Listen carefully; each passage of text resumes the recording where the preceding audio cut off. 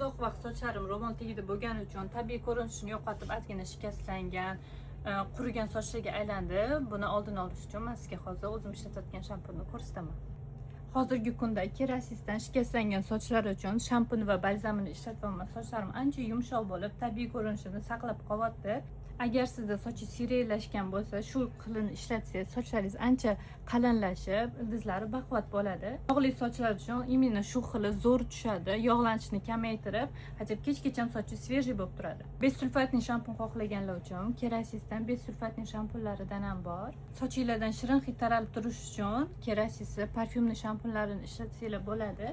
Bular ishlatganinglar sari 3 xil hidga ega, ishlatganinglar sari har xil hid bo'lib chiqadi.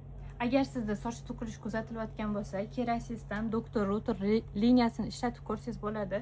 Soch to'kilishini ancha oldini oladi va ildizni baquvvat qilib beradi. Undan tashqari oilaviy ishlatishingiz uchun ham 1 litrli Kerasisdan shampunlarini olib, mazza qilib ishlatsangiz bo'ladi. Keling, do'konimizda sizni kutib qolamiz.